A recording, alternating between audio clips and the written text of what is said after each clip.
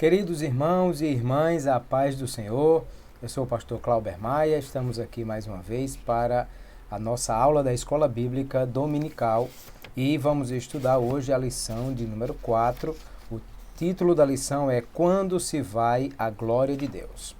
E o nosso texto áureo está baseado no livro do Ezequiel, capítulo 11, verso 23, que diz: E a glória do Senhor se alçou desde o meio da cidade e se pôs sobre o monte que está ao oriente da cidade. A nossa leitura bíblica em classe é o livro do profeta Ezequiel, capítulo 9, verso 3, capítulo 10, versículos 4, 18 e 19, e o capítulo 11, versículos 22 a 25. Diz assim: E a glória do Deus de Israel se levantou do querubim sobre o qual estava até a entrada da casa, e clamou ao homem vestido de linho que tinha o tinteiro de escrivão à sua cinta. Verso 10, 4. Então se levantou a glória do Senhor de sobre o querubim para a entrada da casa, e encheu-se a casa de uma nuvem, e o átrio se encheu do resplendor da glória do Senhor. Verso 18. Então saiu a glória do Senhor da entrada da casa e parou sobre os querubins. E os querubins alçaram as suas asas e se elevaram da terra aos meus olhos, quando saíram, e as rodas os acompanhavam, e pararam à entrada da porta oriental da casa do Senhor. E a glória do Deus de Israel estava no alto sobre eles. Verso 11, capítulo 11, verso 22. Então os querubins elevaram as suas asas, e as rodas as acompanhavam. E a glória do Deus de Israel estava no alto sobre eles.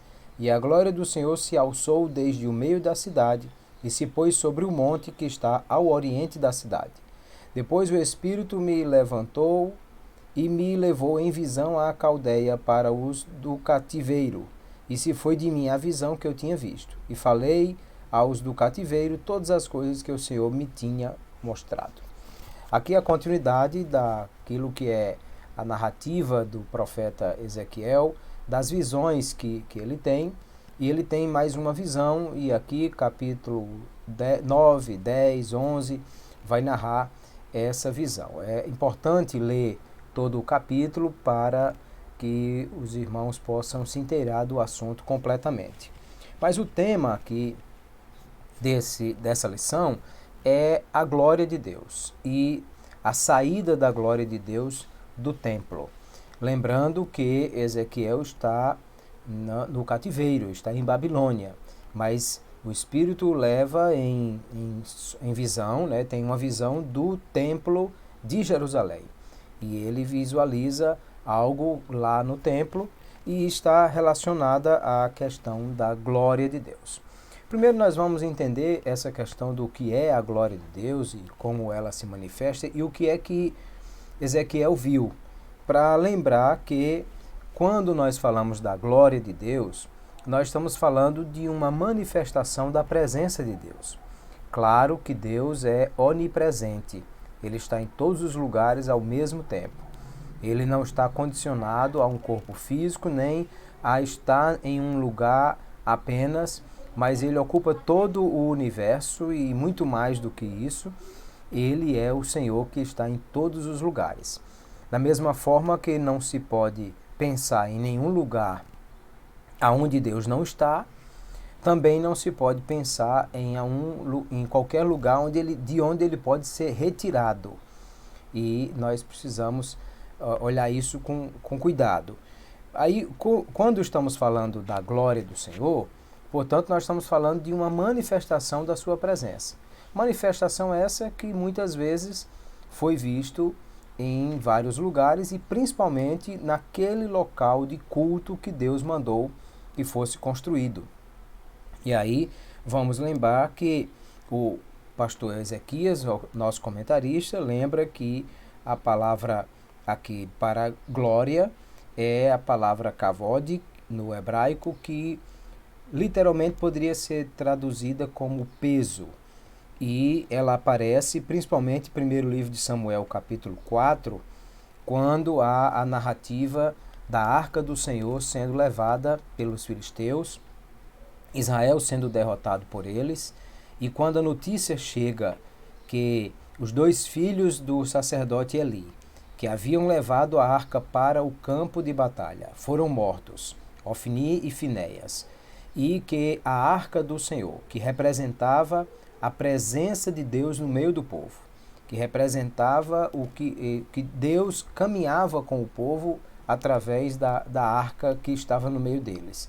E agora foi tomada, isso quer dizer que o objeto mais sagrado foi levado pelos filisteus, o que simbolizaria que eles roubaram Deus dos israelitas.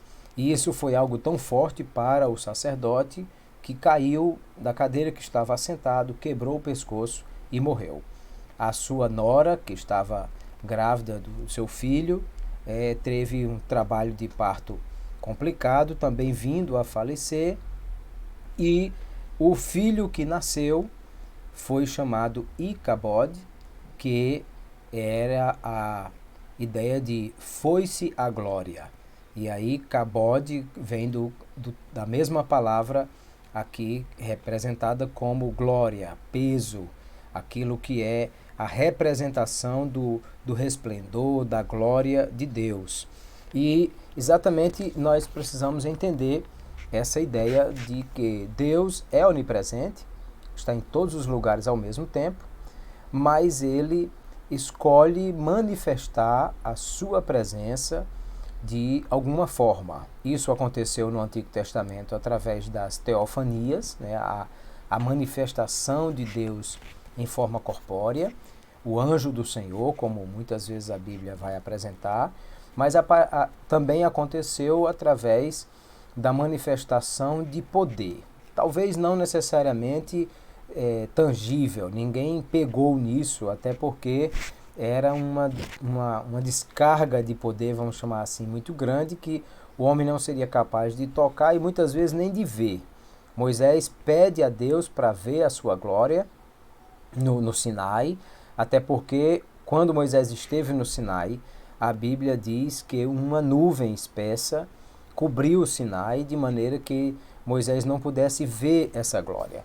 E essa glória de Deus, às vezes, como disse, é visível. É uma manifestação de poder visível. Mas, às vezes, é apenas a própria manifestação, não necessariamente visível. É o que nós vamos ver na demonstração daquilo que a Bíblia apresenta sobre a construção do tabernáculo. No capítulo 40, primeiro Deus disse a Moisés que ele construísse uma arca de madeira revestida de ouro e que colocasse sobre essa arca uma tampa de ouro com querubins sobre ela e que essa arca, que foi aquela que foi levada pelos filisteus, estaria dentro de um santuário construído para que ali Deus manifestasse a sua glória. E no capítulo 25 de Êxodo, Deus diz assim, eu habitarei no meio deles. Mas no capítulo 22, ele diz assim, falarei contigo entre os querubins sobre o propiciatório.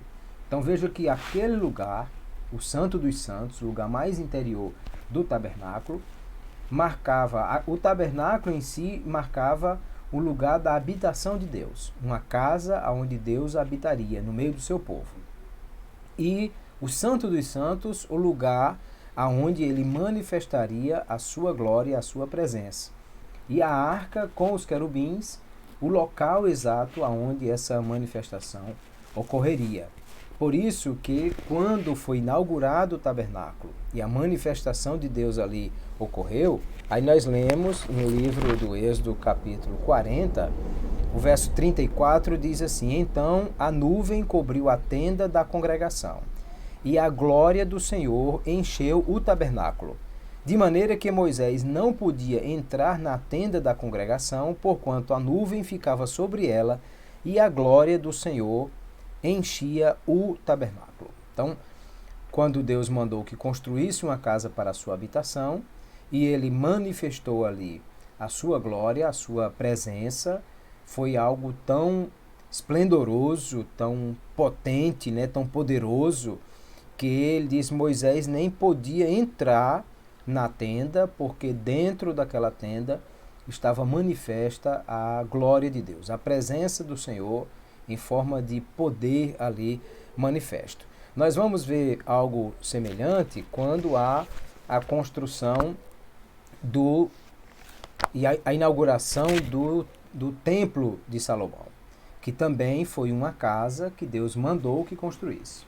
Quando Israel se estabeleceu de forma fixa na terra de Canaã, lembrando que o tabernáculo era um templo móvel. Ele era desmontado e remontado, e Deus deu todos os detalhes de como ele deveria ser construído exatamente para isso. O povo estava peregrinando pelo deserto, caminhava nessa direção de Canaã, e a cada parada eles eram guiados pela nuvem, e quando a nuvem parava, o povo também parava. E ali os sacerdotes montavam a tenda, e então ali havia a manifestação da glória de Deus. Uma vez por ano, no dia do Yom Kippur, que no calendário desse ano foi agora semana passada, havia aquele único momento em que o sumo sacerdote entrava no Santo dos Santos para oferecer o incenso e levar o sangue do sacrifício, e ali a glória do Senhor manifestava-se naquele lugar. Mas quando eles chegaram em Canaã, não havia mais sentido possuir um templo móvel. Não se sabe exatamente o que aconteceu com as peças do templo, mas nós vamos ver a Arca do Senhor num tabernáculo em Siló. Mas era um tabernáculo fixo, não era mais desmontado, nem era o mesmo que Moisés trouxe no deserto, até porque nós vamos ver a Bíblia dizendo que Samuel, ainda criança, quando levado para o templo, a sua função era levantar cedo, vestia-se de linho fino, que a sua mãe todo ano trazia uma roupa nova, e ele ia abrir as portas do santuário. Então, se ia abrir as portas, claro que não era o mesmo tabernáculo dos dias de Moisés, porque aquele não tinha portas, eram só cortinas. Mas quando Deus deu ordem a Davi que preparasse o projeto para que Salomão construísse o templo, e o templo foi inaugurado, aí no segundo livro das Crônicas, nós vamos encontrar também uma manifestação da glória de Deus no capítulo 5, segundo livro das Crônicas, no capítulo 5, o versículo 13 em diante diz assim: E quando eles uniformemente tocavam as trombetas e cantavam para fazerem ouvir uma só voz, bendizendo e louvando ao Senhor, e quando levantavam eles a voz com trombetas e símbolos e outros instrumentos músicos, para bendizerem ao Senhor, porque era bom, porque a sua benignidade durava para sempre, então a casa se encheu de uma nuvem, a saber, a casa do Senhor. E não podiam os sacerdotes ter-se em pé para ministrar por causa da nuvem, porque a glória do Senhor encheu a casa de Deus. Então, aí percebemos que há uma manifestação semelhante ao que houve no tabernáculo. O templo é inaugurado e a glória do Senhor enche aquela casa. No capítulo 7, nós vamos ver também, acabando Salomão de orar, desceu fogo do céu, consumiu o holocausto e os sacrifícios, e a glória do Senhor encheu a casa. E os sacerdotes não podiam entrar na casa do Senhor, porque a glória do Senhor tinha enchido a casa do Senhor. E todos os filhos de Israel, vendo descer o fogo e a glória do Senhor sobre a casa, encurvaram-se com o rosto em terra sobre o pavimento e adoraram e louvaram o Senhor, porque é bom, porque a sua benignidade dura para sempre. Aí nós vamos perceber que há uma manifestação de novo da glória de Deus como forma física, de poder naquele lugar, de tal forma que os sacerdotes não conseguiam ficar em pé ali para entrar na casa, porque a glória do Senhor encheu. Então, é disso que nós estamos falando, sobre a glória de Deus. E perceba que há algo associado também fisicamente à questão do fogo. Porque lá no Sinai, quando Moisés está diante daquela manifestação, ele vê uma sarça queimando. O que não seria nada absurdo, porque um arbusto seco queimando no deserto seria algo completamente natural. O que chamou a atenção de Moisés é porque o arbusto pegava fogo, mas não se consumia. E aí, quando ele chega no lugar, ele diz: não retire os seus pés, porque a terra que você está é terra santa. Era uma manifestação de Deus ali naquele lugar. Então daí nós vemos no tabernáculo que há a glória de Deus e fogo, algo que uma coisa está associada à outra e muitas vezes, e nós vamos ver que o Apocalipse descreve que ele anda no meio dos castiçais e do fogo e todas essas questões aí. Ou seja, poder de Deus e glória de Deus também estava, essa manifestação da presença, de alguma forma, em algumas situações está associado à manifestação do fogo também. Mas a grande questão que Ezequiel está vendo é exatamente a retirada da glória de Deus do templo. E por que Deus se retirou do templo? Por causa da desobediência do povo, por causa do pecado. Deus permite que eles passem pelo cativeiro e permite também que aquele templo que foi construído por Salomão para que ali a sua presença se manifestasse, também fosse destruído. Só que Deus não permitiu que o templo fosse destruído, havendo ainda a manifestação da sua glória naquele lugar. Então a ideia é exatamente que antes de que o templo físico fosse destruído, Deus retirou a sua glória daquele lugar, e é a visão que Ezequiel tem ali.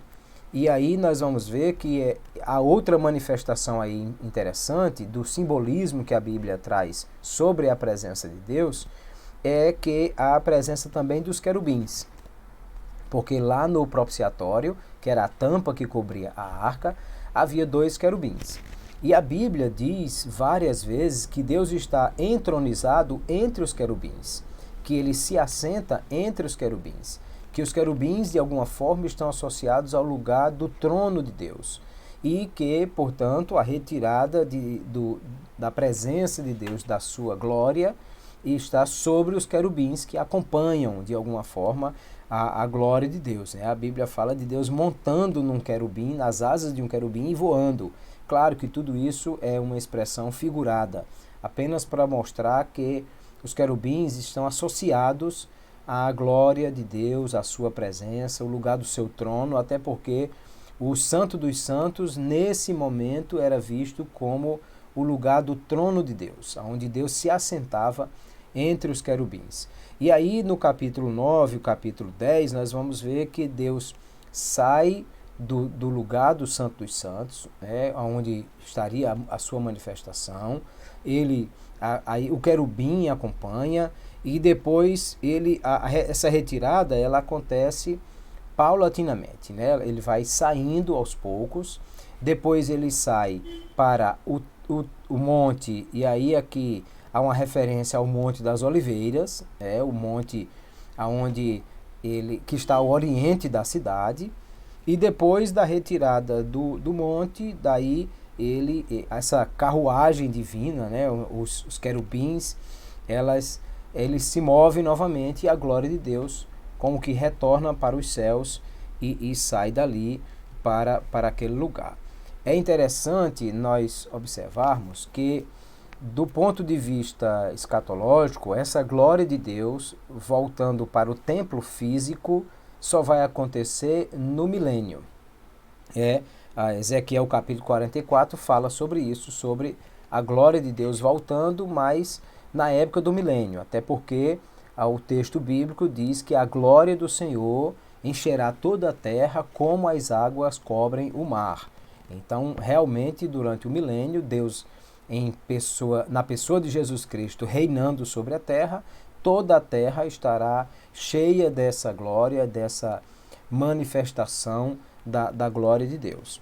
Mas é interessante nós observarmos que quando o templo foi reconstruído, porque logo após aquela retirada da glória de Deus do templo, o templo de Jerusalém foi destruído. No ano 587, o templo foi completamente destruído e Nabucodonosor levou os objetos de ouro e tudo mais. Anos depois, passados os 70 anos do cativeiro, o povo é autorizado a voltar sob a liderança de Zorobabel.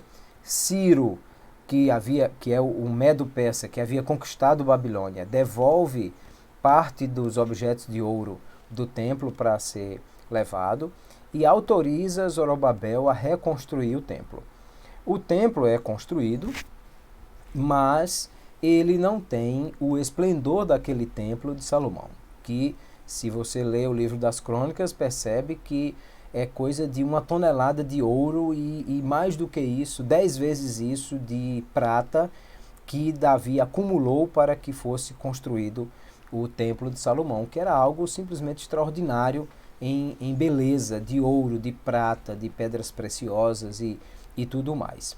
É claro que os que voltavam do cativeiro não tinham 1% dos recursos que Salomão teve, até porque Salomão foi rei em Jerusalém no auge do reino de Israel, quando ele tinha domínio sobre uma extensão muito grande de território e havia muita riqueza em Israel, e Davi acumulou toda essa riqueza para que ele construísse. Então Zorobabel constrói um templo, mas é um templo muito acanhado em relação àquele templo de Salomão. E aí nós vamos ver o profeta Ageu, no capítulo 2, descrevendo que havia duas multidões completamente antagônicas naquele dia. Os mais jovens, que não viram o templo de Salomão, louvavam a Deus e se maravilhavam. Viva, nós temos um templo, que coisa boa! Novamente temos um templo para adorar o Senhor. Mas os mais velhos, que haviam visto o templo de Salomão, choravam porque o templo construído não era nem de longe comparado com o templo de Salomão. E Ageu diz que a coisa é tão grande que havia uma confusão, ninguém sabia quem chorava mais, ou qual era o grito mais alto, os que choravam porque o templo não era como o outro, ou os que se alegravam porque tinham um templo. Mas a profecia de Ageu naquele dia disse exatamente assim, Deus dizendo para o povo, disse que ele era o dono do ouro e da prata. Ou seja, se Deus quisesse ter construído um templo ainda mais rico do que o de Salomão, claro que ele poderia ter feito e poderia ter provido os recursos necessários para isso, porque ele é o dono do ouro e da prata. Só que ele não estava mais interessado necessariamente naquele templo, e aí a profecia de Ageu vai dizer que a glória da última casa será maior do que a da primeira. E aí, de fato, nós temos a construção desse templo de Zorobabel, que nos dias de Jesus, ou pouco antes disso, alguns anos antes, o templo já estava com muitas rachaduras e precisando de uma reforma, e Herodes negocia com os judeus a ideia de uma reconstrução. Basicamente, ele destrói tudo que há naquele monte, amplia o monte construindo muros de arrimo e constrói um novo templo e muitos outros compartimentos ao redor do templo, de maneira que o Templo de Salomão é a maior construção de alvenaria do planeta na sua época. Por isso que os discípulos ficaram tão admirados e trouxeram Jesus para ver toda a estrutura do templo, mas eles se assustam quando Jesus disse, não ficará pedra sobre pedra que não seja derribada. Jesus estava dizendo que o segundo templo também seria destruído. Sendo que nós não vemos no templo nem de Zorobabel, nem de Herodes, que é considerado como sendo o mesmo templo, né? Embora Herodes tenha basicamente destruído o de Zorobabel e tenha feito um novo, mas é chamado de segundo templo, ele não há nenhum momento e nenhum registro da Bíblia ou na história em que houve a manifestação da glória de Deus naquele lugar. Nós não temos registro da glória de Deus se manifestando como no tabernáculo ou como no templo de Salomão, através de uma manifestação de poder naquele lugar. Mas nós vamos ter diferente. João capítulo 1 e o versículo 14 vai falar sobre isso, e ele disse, o verbo se fez carne e habitou entre nós. E aí eu quero chamar a atenção que a palavra habitou aqui é uma palavra que está associada à palavra tenda ou tabernáculo. Não existe o verbo em português, mas essencialmente seria tabernaculou entre nós, e vimos a sua glória como a glória do unigênito do Pai, cheio de graça e de verdade. Então, a glória de Deus manifesta-se no segundo templo, não através de um poder, de uma manifestação de poder, mas através do próprio Deus encarnado que entra no templo, que vai ao templo e ali ministra, e ali está em muitas passagens bíblicas registrada a ida de Jesus ao templo, desde os 12 anos de idade, quando estava discutindo com os doutores, e depois muitas outras vezes quando foi a Jerusalém para as festas. E aí nós vamos ver que ele estava ali e aqui a glória do Senhor estava presente na pessoa de Jesus Cristo e não fisicamente no templo. E Jesus ali manifestou a presença de Deus, curando enfermos, levantando mortos e curando aleijados e manifestando o poder de Deus para curar, não apenas para uma forma física visível como anteriormente, mas agora através da presença física do próprio Deus, curando, perdoando pecados e fazendo coisas que só Deus poderia fazer. E aí, de fato, nós vamos ver que isso é extraordinário, porque nós temos uma manifestação diferente de Deus no segundo templo. E nós vamos aí ver que Mateus capítulo 12, Jesus diz que ele é maior do que o templo. Lucas capítulo 11, ele diz que é maior do que Salomão, que foi o construtor do templo. Ou seja, Jesus estava dizendo com todas as letras que ele era o próprio Deus que estava vindo àquele templo. Que a manifestação maior que aquele templo poderia ter não era uma descarga de poder, mas sim a presença física do próprio Deus encarnado que ali estava e que, de fato, ele também fala sobre a destruição desse templo, mas que isso ocorreria sem a presença dele. Mateus 23, 38, 39, Jesus vai falar exatamente sobre essa ideia do templo ser destruído, ele não ficará pedra sobre pedra que não seja derribado. O capítulo 24 de Mateus é o sermão profético e, claro, Jesus morreu, ressuscitou, vai aos céus, assunto aos céus, e depois disso, que Jesus morreu no ano 33, o templo foi destruído pelos romanos no ano 70. Então, a exemplo do que aconteceu no templo de Salomão, o templo físico foi destruído quando a manifestação da glória de Deus não ocorria mais. E aí é importante observar que quando Jesus sai do templo e ele é assunto aos céus, a Bíblia mostra, e aí nós vamos ver Lucas capítulo 24, verso 50, que a manifestação da subida de Cristo para os céus se dá no monte que está ao oriente. E quando ele fala sobre isso, Lucas vai dizer que eles levou-os fora até Betânia e, levantando as mãos, os abençoou. E aconteceu que, abençoando ele, se apartou deles e foi elevado ao céu. E adorando eles, tornaram com grande júbilo para Jerusalém. Então nós vamos perceber aqui no texto que a Bíblia diz o local, Betânia, que é uma aldeia que está sobre o Monte das Oliveiras, que é de lá que Jesus sobe aos céus. Quando nós vamos para Atos dos Apóstolos capítulo 1, nós vamos ver também no versículo 12, no versículo 9 diz, quando dizia isso, vendo eles, foi elevado às alturas, e uma nuvem o recebeu, ocultando a seus olhos. Estando com os olhos fitos no céu, enquanto ele subia, eis que junto dele se puseram 2 varões vestidos de branco, os quais lhe disseram, varões galileus, por que estáis olhando para o céu? Esse Jesus que dentre vós foi recebido em cima no céu, há de vir, assim como para o céu vistes e... Aí o 12. Então voltaram para Jerusalém, do monte chamado das Oliveiras, o qual está perto de Jerusalém, à distância do caminho de um sábado. Ou seja, a glória de Deus que Ezequiel vê saindo do templo, indo até o Monte das Oliveiras e de lá subindo aos céus, também nós vamos ver a mesma coisa acontecendo com Jesus, que viveu entre nós, morreu, ressuscitou e vai até o Monte das Oliveiras e de lá é assunto aos céus também. E quando nós olhamos o significado de todas essas coisas que Ezequiel vai nos mostrar, é para dizer que Deus é um Deus onipresente, é um Deus que está entre aqueles que o adoram. Por isso a grande pergunta da mulher samaritana, qual é o lugar certo da adoração?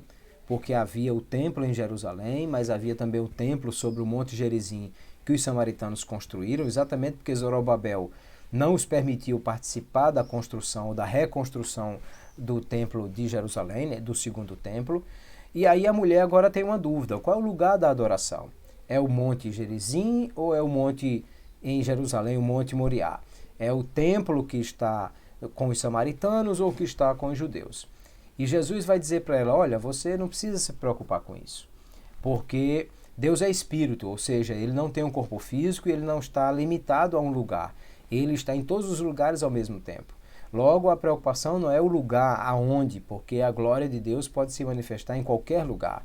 E também vai acontecer que nem o templo de Jerusalém vai ser o local fixo da adoração, porque ele será destruído, nem o do Monte Gerizim, porque o do Monte Gerizim vai ser destruído também, como de fato as duas coisas aconteceram. Mas ele disse, os verdadeiros adoradores adoram ao Pai em espírito e em verdade. Porque qual é o templo final? Qual é a morada final de Deus entre nós? Não um templo físico, que aí o profeta Jeremias já vai falar sobre isso, que Deus não habita em construção feita por mãos de homens. E aí nós vamos observar o apóstolo Paulo, 1 Coríntios capítulo 3 e também no capítulo 6, falando que nós somos o templo e morada do Espírito Santo e que fomos comprados por bom preço, que agora nós pertencemos a Deus, que já é uma apresentação daquilo que o próprio Jesus disse. Evangelho de João, capítulo 14, Jesus disse, eu e o Pai viremos e faremos nele morada. Também disse que ele rogaria ao Pai e ele enviaria o Consolador, o Espírito Santo da verdade, e ele disse, ele estará convosco e habitará em vós. Então, a glória, a última casa, que a glória final ia se manifestar, na verdade nem era o segundo templo, o de Zorobabel ou de Herodes, mas sim cada um de nós. Deus habita em nós. E claro que é diferente a habitação de Deus da simples presença onipresente do Senhor. Porque em qualquer lugar Deus está, em todos os lugares Deus está. Assim também em um cachorro, em uma árvore, no céu, no inferno, Deus está. Ele é onipresente. Mas em nós ele habita. É um tipo de manifestação diferente. A habitação de Deus em nós. Então, aonde você vai, quando você chega naquele lugar, Deus também chega. No sentido de que ele já estava lá, porque é onipresente, está em todos os lugares, mas chega um Filho de Deus que é templo e morada do Espírito Santo. E por isso o apóstolo Paulo, 1 Tessalonicenses 5,19, ele nos recomenda dizendo, não extingais o Espírito. E aí, claro, o Espírito ali está com letra maiúscula, é uma referência ao Espírito de Deus, e ele não está dizendo não extinguir o Espírito no sentido de matar o Espírito Santo, porque isso é impossível. O Espírito Santo é Deus e Deus é imortal. Também ele não está falando de arrancar o Espírito Santo de lugar algum, porque o Espírito Santo é Deus e ele não pode ser retirado de lugar nenhum. Aliás, há uma confusão em alguns que pensam que lá em 1 Tessalonicenses capítulo 2, quando fala daquilo que impede a manifestação do homem da iniquidade ser retirado, alguém pensa que é o Espírito Santo que será retirado da terra. Mas vamos lembrar que o Espírito Santo, sendo Deus onipresente, ele não pode ser retirado de lugar nenhum. Na verdade, o que ele fala é de extinguir a comunhão com Deus e a ação do Espírito Santo na vida do crente. Então, quando ele diz não extingais o Espírito, ele está dizendo não deixe de buscar a Deus e não perca a comunhão com Deus, porque é isso que faz afastar a presença manifesta de Deus da vida de alguma pessoa. Como Deus estava presente no templo de Jerusalém, mas os homens pecaram, desobedeceram, fizeram-se idólatras, e isso Deus chama de uma traição, né? Como um homem que trai a mulher com outra, um adultério espiritual. E quando eles buscaram outros deuses e afastaram-se de Deus, então Deus afastou-se do templo. Não afastou-se do ponto de vista de deixar de estar em algum lugar, porque, como dissemos, Deus é onipresente, mas de manifestar a sua glória, para dizer que ele não estava mais manifestando o seu poder e a sua glória naquele lugar. Assim também nós entendemos que o crente que vive em comunhão com Deus, ele tem a manifestação do Espírito Santo na sua vida. O Espírito Santo mora em nós. Mas assim como aconteceu com o templo, que o Espírito Santo, que a glória do Senhor saiu, também o crente que se afastar de Deus e apostatar e distanciar-se do Senhor, ele pode ter a retirada da manifestação de Deus da sua vida, porque pode perder a comunhão com o Senhor. E nós precisamos preservar isso. Não há nada mais importante para a vida de um crente do que ser filho de Deus e ter o próprio Deus habitando em si, ser templo e morada do Espírito Santo. E nós devemos preservar isso e cuidar disso para que nós não venhamos a perder essa comunhão, assim como aquele templo, que o dia que a glória de Deus saiu de lá, ficou apenas como uma construção qualquer, que quando o trator passou por cima, não fez diferença nenhuma, porque era mais uma construção humana sendo destruída e a glória de Deus não estava lá. Tanto no templo de Salomão, quanto no templo de Herodes, ambos destruídos pelo inimigo.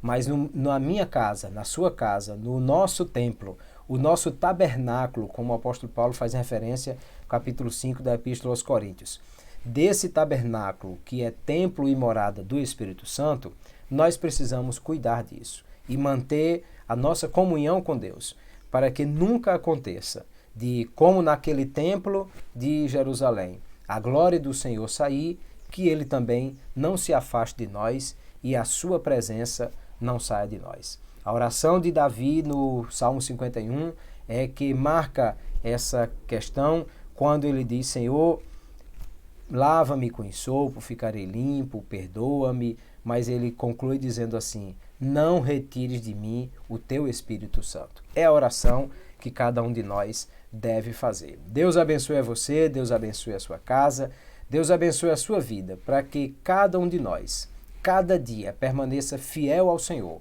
e guarde cada dia os mandamentos de Deus, para nós permanecermos firmes no Senhor, na presença dele manifesta na nossa vida, sendo templo e morada do Espírito Santo. E que, diferente do templo de Salomão, em nossa vida nunca haja a retirada da manifestação da presença de Deus. Deus abençoe a todos, fiquem todos na paz do Senhor.